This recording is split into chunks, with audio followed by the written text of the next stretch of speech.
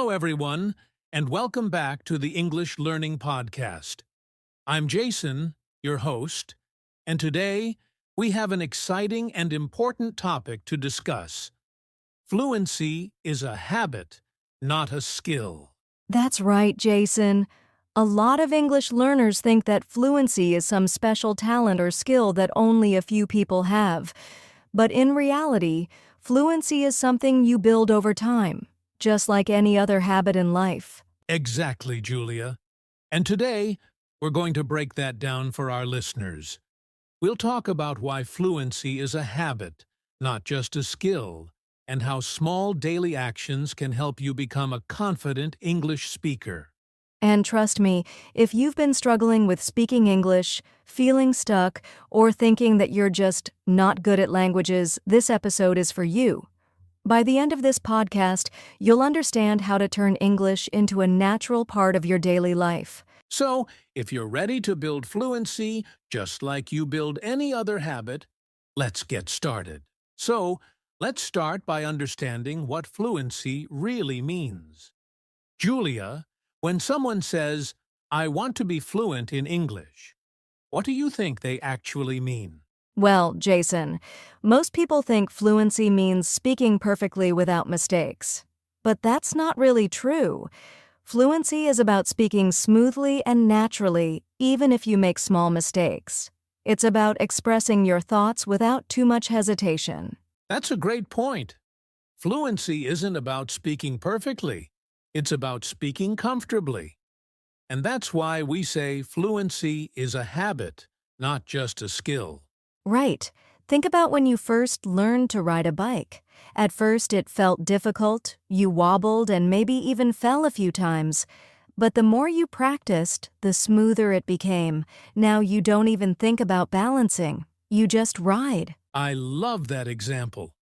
The same thing happens with English. At first, it feels unnatural, and you have to think about every word. But with enough practice, speaking becomes automatic, just like riding a bike. And here's something interesting. Fluency is not just about speaking. It's also about listening and understanding quickly. When you build the habit of hearing English every day, your brain starts processing words faster, and speaking becomes easier. That's so true. When we hear a language regularly, we start to recognize patterns and phrases without even realizing it. And the more we're exposed to English, the more natural it becomes. So, to sum it up, fluency isn't about being perfect. It's about being consistent. The more you practice, the smoother and faster your English will be. Exactly. And that brings us to an important question. Why is fluency a habit, and not just a skill? We're going to break that down in the next section, so stay with us. So, Julia, we just talked about what fluency really means. Now, let's go deeper. Why do we say fluency is a habit, and not just a skill? That's a great question, Jason. A lot of people believe fluency is something you either have or don't have, like a special skill. But the truth is, fluency isn't something you just learn once. It's something you develop through daily practice. That's why it's a habit. Exactly. Let's compare it to something like exercising. If you want to be fit, you don't just go to the gym once, right? You have to exercise regularly to stay in shape. Yes, and it's the same with English. If you only practice once in a while, you won't see much improvement. But if you make English a part of your daily routine, it becomes natural just like any other habit. I love that comparison. Here's another one. Brushing your teeth. You don't think about it, you just do it every day because it's a habit. Imagine if speaking English was just as automatic as brushing your teeth. That's a great example, Jason. When something becomes a habit, you don't have to force yourself to do it. You just do it naturally. And that's how fluency works. The more you practice, the more effortless it becomes. But here's the problem. Many English learners treat fluency like a big goal instead of a daily habit. They say, "I'll study English for 2 hours on Sunday," but then they don't touch English for the rest of the week. Yes, and that's like saying, I'll go to the gym once a month and expect to get strong. It doesn't work like that. The key is small, consistent actions every day. Absolutely. Just 10 to 15 minutes of English every day is more powerful than studying for 3 hours once a week. Why? Because habits create automatic responses. The more you repeat something, the easier it gets. And here's the best part.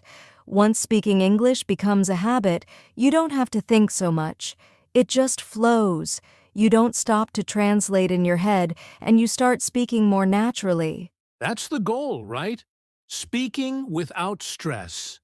And that's why, in the next part, we're going to talk about how small daily actions can help you build fluency step by step. So, Julia, we've talked about how fluency is a habit, not just a skill. But I think some of our listeners might be wondering, okay, but how do I actually build this habit? That's a great question, Jason. And the answer is simple, small daily actions. You don't need to study for hours every day. Just 10 to 15 minutes of practice daily can make a huge difference over time. Exactly. A lot of people think they need a perfect study plan or expensive courses. But the truth is, small, consistent actions are more powerful than big, irregular efforts. Yes, let's give our listeners some practical, easy ways to build an English habit. Jason, what's the first small action they can take? All right, here's one: think in English. You don't need a partner. You don't need a class. Just start describing your day in English in your mind. Like, I'm making coffee.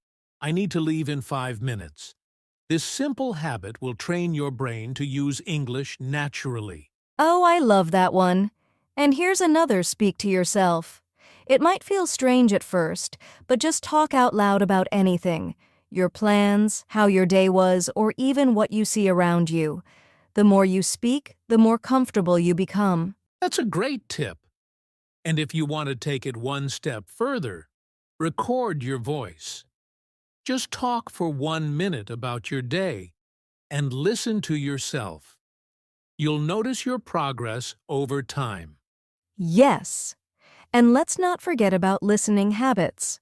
Instead of just listening to English once in a while, make it part of your daily routine. Listen to a podcast while walking, watch a short English video while eating, or play English music while driving. Exactly. The more your brain absorbs English, the easier it will be to speak. And here's a fun habit: change your phone language to English. That way, every time you use your phone, you're interacting with English. Oh, that's such a smart idea. Another simple habit is reading aloud even just 5 minutes a day. It helps your pronunciation and makes you more confident in speaking. These are all small actions, but together they create big results. The key is daily repetition. Even if you only practice for 10 minutes, it will add up over time. Yes. And here's the best part. These small habits don't feel like studying. They just become part of your life. That's when fluency really starts to happen. Exactly. And speaking of confidence, in the next part, we'll talk about something that stops a lot of learners from speaking: fear of making mistakes. Stay with us. So, Julia, we've talked about small daily actions to build fluency. But there's one big challenge many English learners face: fear of speaking. Have you seen this happen with learners? Oh, absolutely, Jason. Many learners know a lot of English, but when it's time to speak, they freeze. They worry about making mistakes, sounding funny, or being judged. Yes. And the truth is, mistakes are part of learning. No one speaks perfectly all the time, not even native speakers. That's so true. Even native speakers pause, correct themselves, and use fillers like, and you know. So it's completely normal to make small mistakes when learning. Exactly. And here's an important mindset shift: mistakes don't make you look bad. They actually show that you're learning. Yes. Think about a baby learning to walk. They fall many times, but no one laughs at them. We cheer for them. The same should happen when learning a language. That's a great example, Julia. And another thing, most people don't care if you make mistakes. They just want to understand what you're saying. Right. And confidence doesn't come from speaking perfectly. It comes from speaking despite the mistakes. The more you practice, the less fear you'll have. So, what can learners do to overcome their fear of speaking? One simple trick is to start small. Instead of worrying about full conversations, just practice one sentence at a time. Even saying, "How's your day?" to a stranger can build confidence. That's a great tip. And another one, speak with yourself first. If you feel shy, practice alone. Once you get comfortable, you'll feel more confident speaking with others. Yes, and lastly, focus on communication, not perfection. The goal is to be understood, not to be perfect.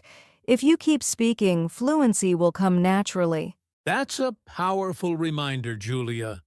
And in the next part, we'll discuss how building an English-speaking environment can make fluency easier. Stay with us. So, Julia, we've talked about breaking the fear of speaking. But here's another important question. How can learners create an environment where English feels natural, even if they don't live in an English-speaking country? That's a great question, Jason. And the good news is you don't need to live in an English-speaking country to surround yourself with English. You can create your own English environment anywhere. Exactly. And one simple way is to change your digital world to English. Set your phone, apps, and social media to English so you see and interact with the language daily. Yes, and another powerful habit, follow English content creators. Watch YouTube videos, listen to podcasts, and read posts from native speakers. The more you expose yourself to real English, the more natural it becomes. Great tip. And here's another one, find an English-speaking buddy. It could be a friend, a language partner online, or even a community on social media where you can practice regularly. Yes, and if you don't have a partner, don't worry. You can join online forums, comment on English posts, or even write daily journal entries in English. These small changes make a huge difference. The more you surround yourself with English, the faster you'll develop fluency. Absolutely. And next, we're going to talk about something that keeps many learners stuck: the importance of consistency and patience. Stay with us. All right, Julia, we've talked about fluency being a habit, not just a skill. So, how about we challenge our listeners to put everything into action? I love that idea, Jason. Let's introduce them to the 21-day Fluency Habit Challenge. Here's how it works. It's simple but powerful. For the next 21 days, do at least one small English activity every day. Just 10 to 15 minutes is enough. Yes, and to make it easier, here are some options. 1. Think in English for 5 minutes. 2. Speak aloud to yourself about your day. 3. Watch or listen to something in English 4. Write a short journal entry in English 5. Have a short conversation in English, even if it's online. The goal is to make English a daily habit. No pressure, no perfection, just consistent practice for 21 days. And after 21 days, you'll notice something amazing: fluency will feel easier. Your confidence will grow, and English will start to feel more natural. So, are you ready to take the challenge? If you are, start today and let us know how it goes. So, are you ready to take the challenge? If you are, start today and let us know how it goes. Good luck, and coming up next, we'll wrap things up with our final thoughts. Stay with us. All right, Julia. We've covered a lot of ground today.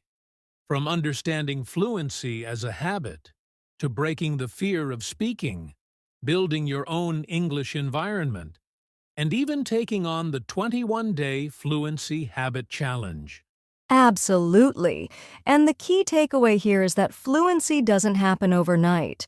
It's a journey that takes time, practice, and consistency. Exactly. So, we challenge you to start today. Commit to small daily actions for 21 days and watch your confidence and fluency grow. And don't forget to subscribe, like, and share this podcast with others who are on their own English learning journey. We'd love to hear about your progress and thoughts, so feel free to comment or reach out. Thanks for listening, and we'll see you in the next episode of the English Learning Podcast. Keep practicing and keep improving your fluency one day at a time.